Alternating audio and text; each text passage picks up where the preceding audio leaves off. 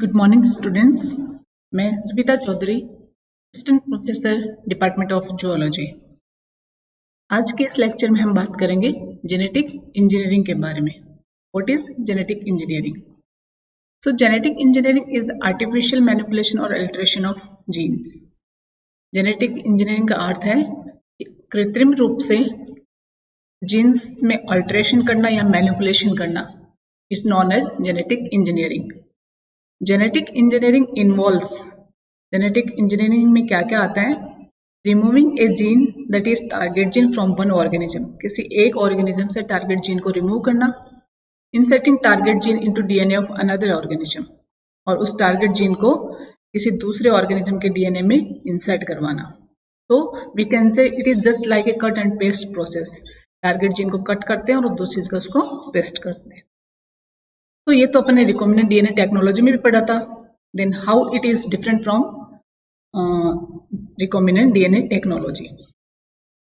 Genetic engineering is the process of using recombinant DNA technology to alter the genetic makeup of an organism.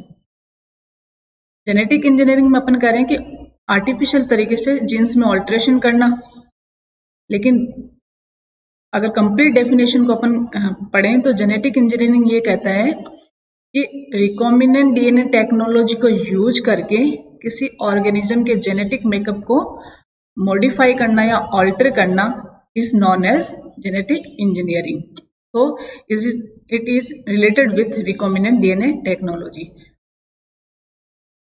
Some important terms, कुछ important terms हैं जो कई बार exam में एक number के लिए या फिर 2 नंबर के लिए पूछी जाती हैं। Recombinant DNA, the altered DNA is called recombinant DNA. जो भी डीएनए किसी ऑर्गेनिज्म का अपन चेंज कर रहे हैं, उसमें कुछ मॉडिफिकेशन कर रहे हैं, तो एक नया जो डीएनए बन रहा है वो कहलाता है recombinant DNA. Genetically modified organisms is the organism with the altered DNA. Suppose ये कोई स्पीसीज है, उसका डीएनए अपन ने मॉडिफाइड कर दिया है, इसके अंदर किसी दूसरी जीन डाल दिया है या फिर इसको किसी भी तरीके से अपन ने मॉडिफाई कर दिया, जैसा इसका था उससे अपन ने कुछ इसमें डिफरेंट कर दिया है। So now it is a genetically modified organism. इसका जो जेनेटिक मेकअप है उसमें अपन ने कुछ मॉडिफिकेशन कर दिए हैं। Genetic engineering breaks the species barrier. Genetic engineering species barrier को ब्रेक करती है। कैसे?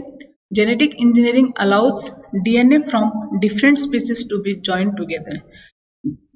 तो 2 स्पीसीज हैं, डिफरेंट स्पीसीज हैं, उनके डीएनए को जोड़ना पॉसिबल हुआ by using genetic engineering. This often results in combination of DNA that would never be possible in nature. और इस तरीके के जो नए रिकॉम्बिनेंट डीएनए बनते हैं वो नेचर में प्राकृतिक रूप से नहीं पाए जाते हैं।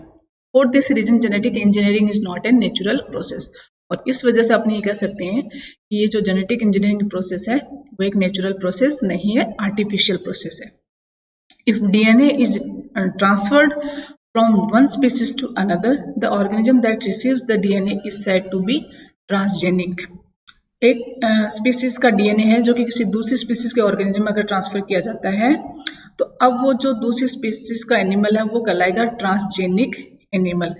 मतलब उसके पास खुद का डीएनए, खुद के डीएनए के अलावा किसी दूसरी स्पीसीज, ट्रांस मतलब दूसरी स्पीसीज का डीएनए वो रखता है, इसलिए उस एनिमल को अपन कहेंगे transgenic animal.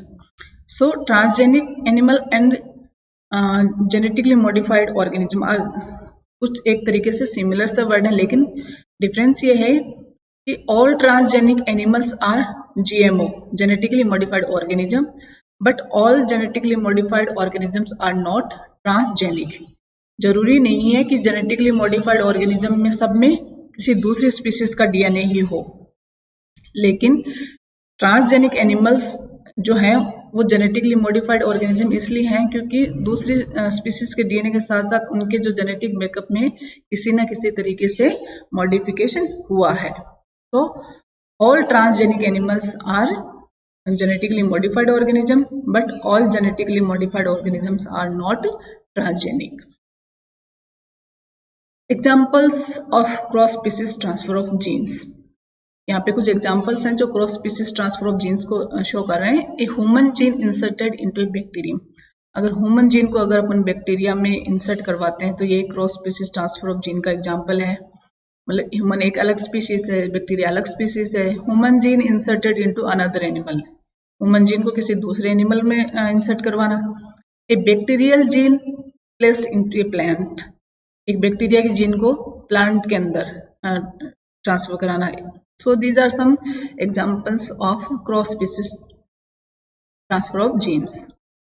Now tools used in genetic engineering, अपने पहले भी कहा है कि genetic engineering is the process of using recombinant DNA technology.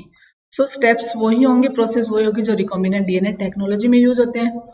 Restriction enzymes use होते हैं यहाँ पे। What are restriction enzymes? Are special enzymes used to cut the DNA at specific places. Restriction enzymes जो है वो डीएनए को किसी particular specific place पे कट लगाते हैं। These are also known as molecular scissor. कई बार आपसे एक नंबर में पूछा जा सकता है कि what are molecular scissors. So restriction enzymes are known as molecular scissors. Different enzymes cut DNA at specific base sequence known as recognition site. जो ये डिफरेंट टाइप के रेस्ट्रिक्शन एंजाइम्स हैं, ये डीएनए को किसी पर्टिकुलर बेस सीक्वेंस पे cut करते हैं और वो पर्टिकुलर न्यूक्लियोटाइड सीक्वेंस जो है वो कहलाती है recognition site. For example, one restriction enzyme will always cut DNA at the base sequence. Suppose एक कोई रेस्ट्रिक्शन एंजाइम है, वो न्यूक्लियोटाइड की GAA-TTC जो सीक्वेंस है वहीं कट लगाता है, इसके अलावा वो कहीं भी पूरे डीएनए पे कहीं भी कट नहीं लगाएगा। दूसरा एग्जांपल हो सकता है GATC, कोई दूसरा रेस्ट्रिक्शन एंजाइम है जो न्यूक्लियोटाइड की GATC सीक्वेंस जहां भी मिली वहां पे वो कट लगा देगा। तो यही इनकी खास बात है कि ये डीएनए के किसी पर्टिकुलर स्थान पे ही कट लगाएंगे और जो पर्टिकुलर स्थान है जहां पे कट लगाते हैं that is known as recognition site. If DNA from two different organisms is cut with the same restriction enzyme, the cut ends from both sources will be complementary and can easily stick together. अगर कोई दो DNA है different organism के और उनको अगर किसी same restriction enzyme से कट लगाया जाता है तो उनके जो एंड्स बनते हैं, किनारे बनते हैं, वो कॉम्प्लीमेंट्री होते हैं, एक दूसरे के पूरक होते हैं and can easily stick together. और कॉम्प्लीमेंट्री होने के कारण उनको आपस में क्या जोड़ना आसान हो जाता है। सपोज ये एक डायग्राम इसमें आप समझने की कोशिश करें। ये दो DNA DNA1 and DNA2। DNA1 में एक सीक्वेंस पाई जाती है ACTGGA और सेम सीक्वेंस इधर भी पाई जाती है ACTGGA। इधर नीचे TGACCT और TGACCT। अब जो ऊपर ये कैंची जो स्ट्रक्चर दिख रहे हैं ये है रेस्ट्रिक्शन एंजाइम। ये रेस्ट्रिक्शन एंजाइम ये A और C के बीच में कट लगाता है तो ये भी A और C के बीच में। यहाँ पे ये C और T के बीच में कट लगा रहा तो ये भी C और C। कहने का मतलब दोनों डीएनए में सेम रेस्ट्रिक्शन एंजाइम कट करेंगे और जब ये कट करते हैं तो ये A और C के बीच में कट लगाएगा, इसलिए A के बाद का वाला जो रीजन है वो यहाँ से गायब हो जाता है। तो यहाँ पे C और T के बीच में कट लगाने से ये इधर का T गायब हो जाएगा। सेम इस तरीके से यहाँ पे होगा, ये A और C के बीच में कट लगाने से C के बाद वाला A गायब हो जाएगा और C और T के बीच में कट लगाने से ये वाला रीजन जो है ये गायब हो जाएगा। और कुछ इस तरह का स्ट्रक्चर अपने को दिखेगा। ये जो एंड्स बने इस तरीके से किनारे बने इनको कहेंगे स्टिकी एंड्स। स्टिकी एंड्स इसलिए क्योंकि अपन जानते हैं कि डीएनए के जो दो स्ट्रैंड्स होते हैं आपस में कॉम्प्लीमेंट्री होते हैं, पूरक होते हैं। जैसे एडेनिन थाइमिन के साथ बॉन्ड करता है और ग्वानिन साइटोसिन के साथ। तो A और T के बीच में डबल बॉन्ड पाया जाता है और C और G के बीच में ट्रिपल बॉन्ड। तो यहाँ पे आप देखें G जो है यहाँ के C के साथ पेयर करेगा, A जो है थाइमिन के साथ पेयर करेगा, साइटोसिन ग्वानिन के साथ और ये साइटोसिन ग्वानिन के साथ। इसलिए ये एक दूसरे के अगेंस्ट कॉम्प्लीमेंट्री शो करते हैं, इसलिए इन एंड्स को कहा गया स्टिकी एंड्स। जब इस वाले रीजन को इसके ऊपर लाके अपन बिठाते हैं तो ये इस तरीके से एक नया डीएनए बनाते हैं, that is known as recombinant DNA. Then DNA ligase, enzyme which acts like a glue sticking foreign DNA to DNA of cloning vector. वो एंजाइम जो किसी एक डीएनए को दूसरे डीएनए में जोड़ने में हेल्प करते हैं। जैसे कि लास्ट स्लाइड में आप देखिए, ये इस डीएनए को जब इसके पास में लाते हैं तो BC के साथ बाइंडिंग शो करता है और AT के साथ ये तो बाइंडिंग कर जाएंगे, लेकिन इस रीजन को पर्टिकुलर इस एंड को इस एंड के साथ जोड़ने के लिए भी अपने को एक एंजाइम चाहिए और ये सेम यहाँ पे भी इस एंड को इस एंड से जोड़ने के लिए। तो इन दोनों एंड्स को जोड़ने का काम जो है वो करता है DNA ligase.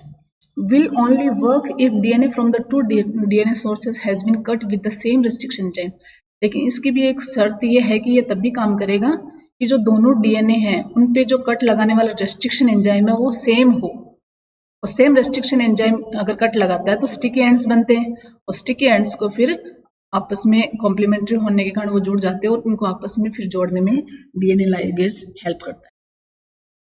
Process of genetic engineering, क्योंकि genetic engineering recombinant DNA technology को यूज करने की प्रोसेस है, सो स्टेप्स वो के वो होंगे जो रिकॉम्बिनेंट डीएनए टेक्नोलॉजी में है, isolation, cutting, insertion, transformation and expression.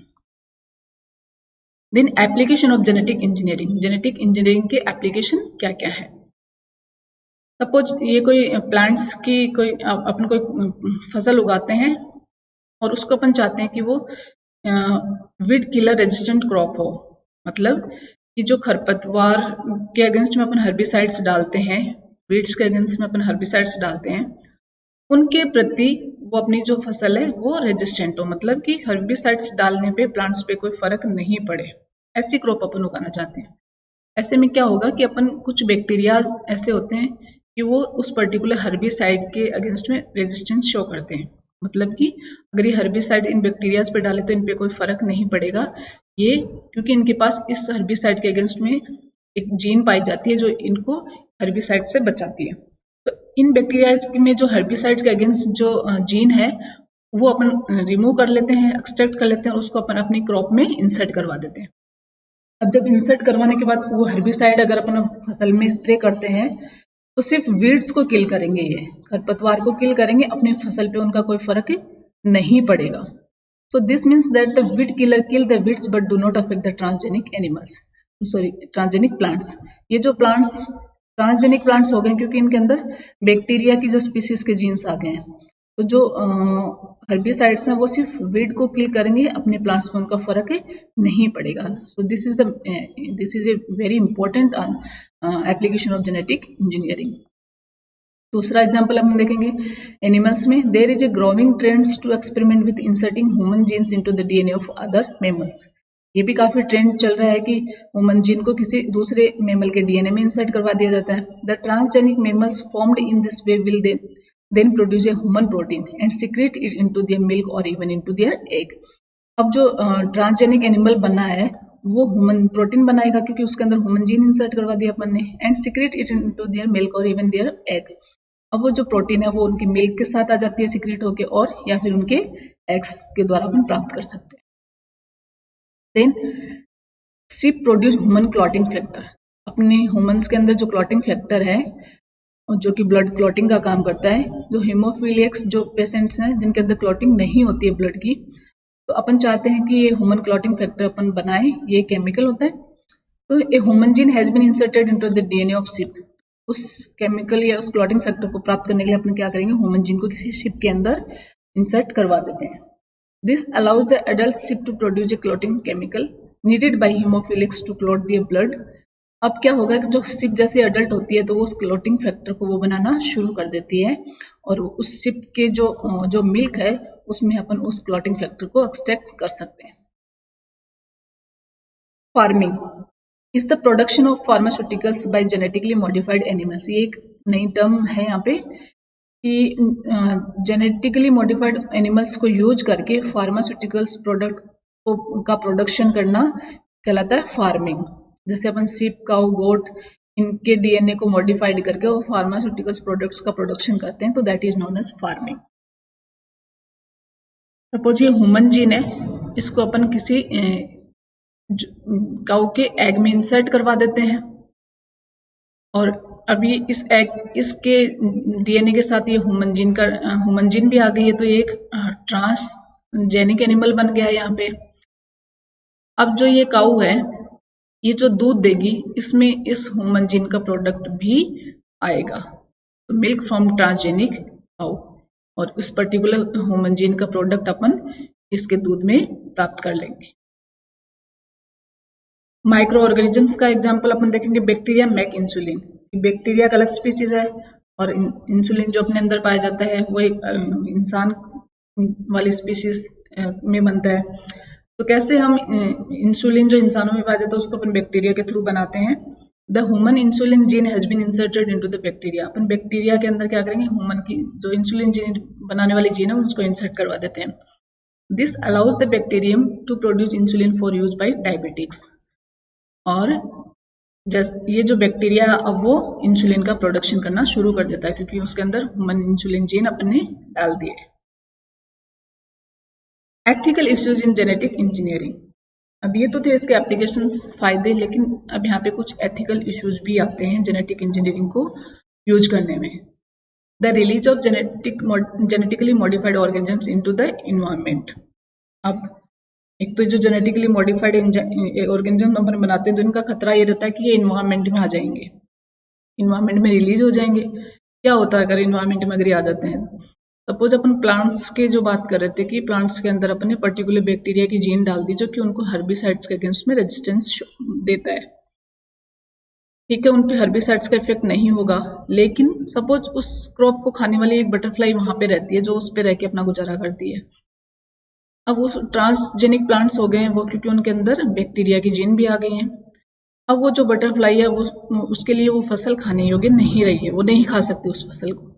ऐसे में क्या होगा कि उस पर्टिकुलर इन्वायरमेंट से वो बटरफ्लाई गायब हो जाएगी, मतलब बटरफ्लाई की स्पीशीज का वहां से लॉस हो जाएगा, डाइवर्सिटी खत्म हो जाएगी।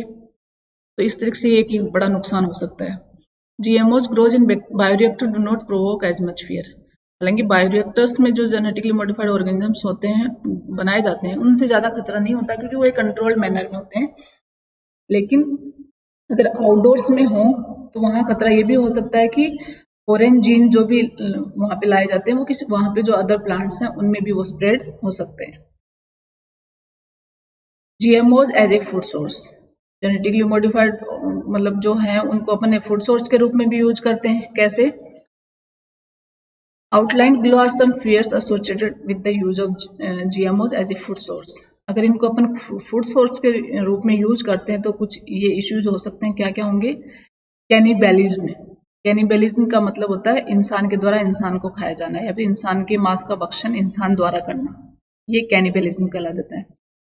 तो क्या होगा अगर अपन जेनेटिकली मॉडिफाइड ऑर्गेनिजम्स को खाते हैं? Eating an animal containing a human gene is a form of cannibalism. अगर कोई एनिमल को अपन खा रहे हैं, जैसे शिप को खा रहे हैं अपन, और शिप में अपन ने क्या डाल दी? ह्यूमन की जीन डाल दी। तो अपन खा तो शिप के मांस को रहे हैं, लेकिन इनडायरेक्टली उसमें उस मांस के साथ अपन ह्यूमन जीन भी खा रहे हैं जो कि अपन ने इंसर्ट करवाई है। हालांकि उसका कोई बहुत इशू नहीं है, लेकिन ये एक इशू बनाया जाता है क्योंकि भले ही अपन इंसान की एक जीन खा रहे हैं लेकिन वो कैनिबैलिज्म की प्रोसेस में आता है। Feeding GMOs containing human genes to animal that would later be eaten by humans. Same यही बात, ह्यूमन जीन किसी एनिमल में डाल जाते हैं और उस एनिमल को अपन खाएं, तो ये कैनिबैलिज्म की रेफरेंस में आता है। रिलीजियस रीजन, धार्मिक कारण क्या हो सकता है? Eating cow genes that are inserted into sheep would be offensive to Hindus. Suppose cow की जीन है वो अपनी शिप के अंदर इंसर्ट करवा दी और उस शिप का मांस अपन खाते हैं। वही बात, खा तो शिप का मांस रहे हैं लेकिन इनडायरेक्टली अपन उस काउ की जीन भी खा रहे हैं। इसलिए हिंदू माइथोलॉजी में माना गया कि गाय का मांस खाना पाप है, इसलिए ये रिलीजियस रीजन हो जाता है। ऑफेंसिव टू वेजिटेरियंस, शाकाहारी लोग इस बात को नहीं मानते क्योंकि शाकाहारी लोग मांस नहीं खाते या मीट नहीं खाते। लेकिन eating animal genes content in food plant, अगर फूड प्लांट के अंदर किसी एनिमल की जीन डाल दी, खाने को तो वो पेड़ पौधे खा रहे हो, प्लांट्स खा रहे हैं, लेकिन उनके अंदर इनडायरेक्टली रूप से वो एनिमल की जीन भी ले रहे हैं, तो ये एक बड़ी प्रॉब्लम हो सकती है। Animal welfare, there is serious concern that animal will suffer as a result of being genetically modified. ये माना गया कि जिस भी एनिमल के जेनेटिक मेकअप को मॉडिफाइड किया गया वो कहीं ना कहीं सफर करते हैं। यूज ऑफ ग्रोथ हार्मोन्स में cause limb deformation and arthritis as animal grow. Growth hormone के यूज होने से उनके लिम्स में डिफॉर्मेशन आ जाता है, त्रुटियां आ जाती हैं, या फिर आर्थराइटिस देखा गया जैसे जैसे एनिमल्स बड़े होते हैं।